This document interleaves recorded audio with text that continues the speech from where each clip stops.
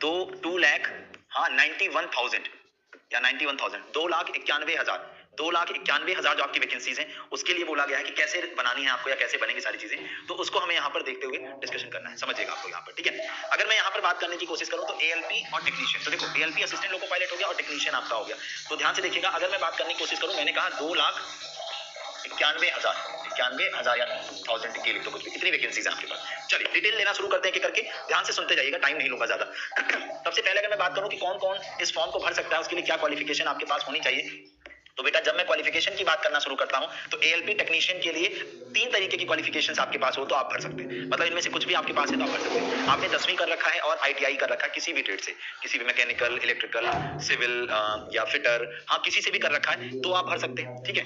अगर आपने मान लो 10th पास कर रखा है और साथ ही साथ आपने डिप्लोमा कर रखा है तो भी आप एएलपी यानी असिस्टेंट लोको पायलट के फॉर्म को भर सकते हैं, या आपने बीटेक या बीई यानी बीई या बीटेक कर रखा है तो भी आप असिस्टेंट लोको पायलट के फॉर्म को भर सकते हैं। आरी बात समझ, आप इसमें से किसी भी स्टेज में अगर आप हैं, या है या और या, इसका मतलब समझ गए, इनमें से कोई भी एक होगा तो आप इस फॉर्म को भरने के लिए एलिजिबल हैं, इस बात को ध्यान रखिएगा, ठीक है ना, ऐसा नहीं कि होना ही चाहिए। चलो उसके बाद देखो, ये असिस्टेंट का भी फॉर्म भर सकते हैं और टेक्नीशियन का भी, लेकिन अगर आपके पास मान लीजिए डिप्लोमा नहीं है, पॉइंट समझिएगा, अगर आपका डिप्लोमा नहीं है लेकिन आपने 12th कर रखा है, आपने 12वीं पास कर रखा है और आप चाहते हो कि हम फॉर्म भरें, तो देखो तब आप केवल टेक्नीशियन के लिए एलिजिबल होगे, लेकिन 12वीं आपने किया तो हो, लेकिन पीसीएम फिजिक्स, केमिस्ट्री और मैथमेटिक्स से यानी गणित के साथ अगर, हाँ जी हाँ अभी मैं आपको सब बता रहा हूँ कि क्या कैसे होना है, ठीक है। तो अगर आपने 10+2 कर रखा है तो आप केवल और केवल टेक्नीशियन के लिए एलिजिबल है। अगर आपका डिप्लोमा नहीं है तो आप जो है एएलपी का फॉर्म नहीं भर पाओगे, असिस्टेंट लोको पायलट का फॉर्म नहीं भर पाओगे, आप खाली टेक्नीशियन के फॉर्म को भर सकते हो, लेकिन वो कब, जब आपने 12th पास किया, वो भी पीसीएम वालों के लिए। यहाँ तक की बात सब कुछ क्लियर है, आगे बढ़ते हैं।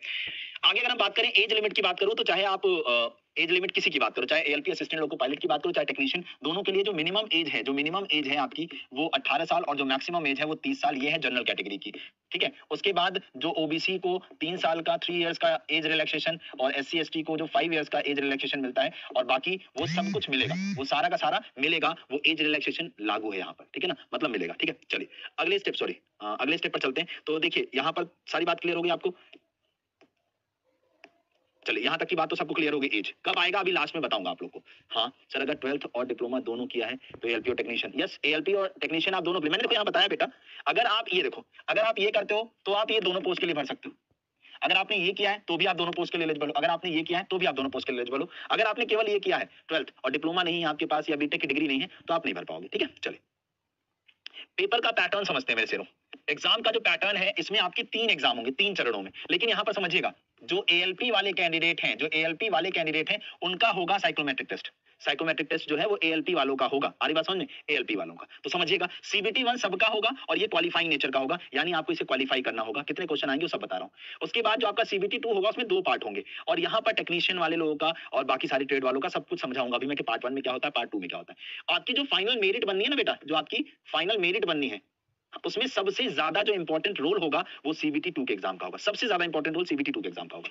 उसके बाद जो भी कैंडिडेट हमारे असिस्टेंट लोको पायलट के एग्जाम के लिए क्वालिफाई होंगे सीबीटी 2 के एग्जाम में, फिर उनका कंडक्ट कराया जाएगा साइकोमेट्रिक टेस्ट। उनका क्या कराया जाएगा, कंडक्ट साइकोमेट्रिक टेस्ट कंडक्ट कराया जाएगा। तो समझ में आई, एएलपी वालों 3 चरणों में एग्जाम कंडक्ट होने वाला है आप लोग का, और टेक्नीशियन वालों टीयर 1 और टीयर 2 इसके लिए तैयार है। चलो अब आगे बढ़ते हैं। अब देखो अगर मैं सीबीटी 1 की बात करूं तो सीबीटी 1 जो होना है उसमें क्या आपका पिछला जो पेपर रहा है एएलपी का वो कैसा रहा है, क्या ये चीजें समझिएगा। तो मैथ्स आप लोग की 20 नंबर की, रीजनिंग आप लोग की 25 नंबर की, साइंस आपकी 20 नंबर की और जीएस आपकी 10 नंबर की है। आई बात समझ में। उसके साथ ही साथ ये क्वेश्चन टोटल कितने हो गए, 75 75 क्वेश्चन आएंगे, जो जिसमें आपको दिया जाएगा टोटल 60 मिनट का समय।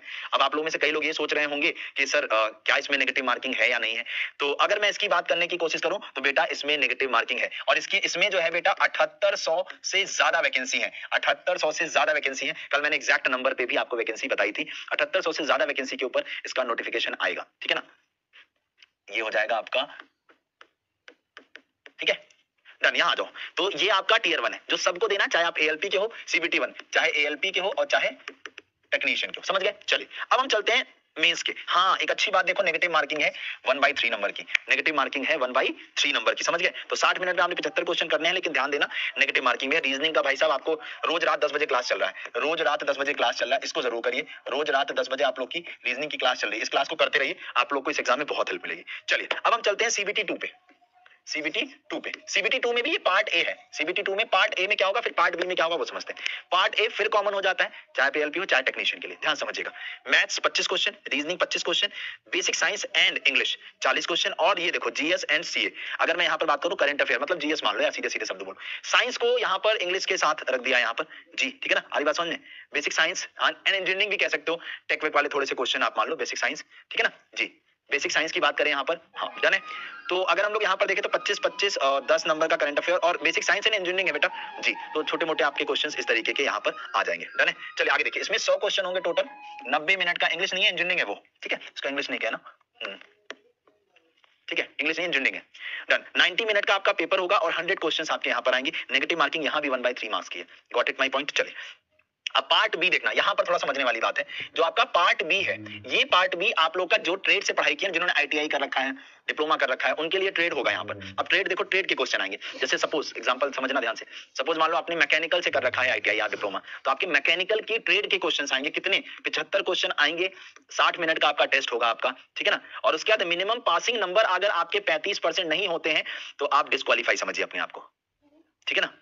आई बात समझ में, ठीक है ना। तो मिनिमम पासिंग 35% मार्क्स में है, ठीक है। यहां तक की बात क्लियर हो गई। यानी ये ट्रेड टेस्ट आप लोग को देना पड़ेगा। उसके बाद जो ALP की अगर बात, देखो सिंपल सी बात है, ये ट्रेड टेस्ट कौन दे रहा है, ऑब्वियस सी बात है जिन्होंने ITI या डिप्लोमा किया, ITI डिप्लोमा करने वाले हमारे ALP वाले। अब ALP की फाइनल मेरिट कैसे बनाई जाएगी, तो जो आपके CBT 2 में ये मार्क्स आएंगे इसके हिसाब से प्लस साइकोमेट्रिक जो आपका होगा उसको 70% आपके CBT 2 के मार्क्स ले जाएंगे और 30% नंबर आपके लिए जाएंगे साइकोमेट्रिक टेस्ट के, और इसकी मदद से आपका बनाया जाएगा किसका, ALP का फाइनल मेरिट। हाँ जी बेटा, आई बात समझ में। तो इस तरीके से इन शॉर्ट मुझे लगता है मैंने आप लोग को काफी अच्छे तरीके से सारे पेपर का, सारी चीजों का डिटेल में इंफॉर्मेशन दे दिया है। अब मैं आप लोग को एक लास्ट चीज और बता दूं, अगर आप ये पूछ रहे हो ना कब से शुरू से कि सर कब फॉर्म आ सकता है, तो देखिए फॉर्म आने के जो चांसेस हैं, क्योंकि जिस तरीके से मिशन मोड के तहत, हाँ मिशन मोड के तहत जो है तैयारी कराई जानी है, मिशन मोड के तहत जो है जायजा लिया जा रहा है कि इन वैकेंसीज को फिल किया जाए। तो यहाँ पर 7800 से ज्यादा वैकेंसीज हैं, यानी पद अगर मैं बात करूं तो कितने हैं, 7800 से ज्यादा पद हैं जिनके लिए यहाँ पर नोटिफिकेशन आएगा। और नोटिफिकेशन नेक्स्ट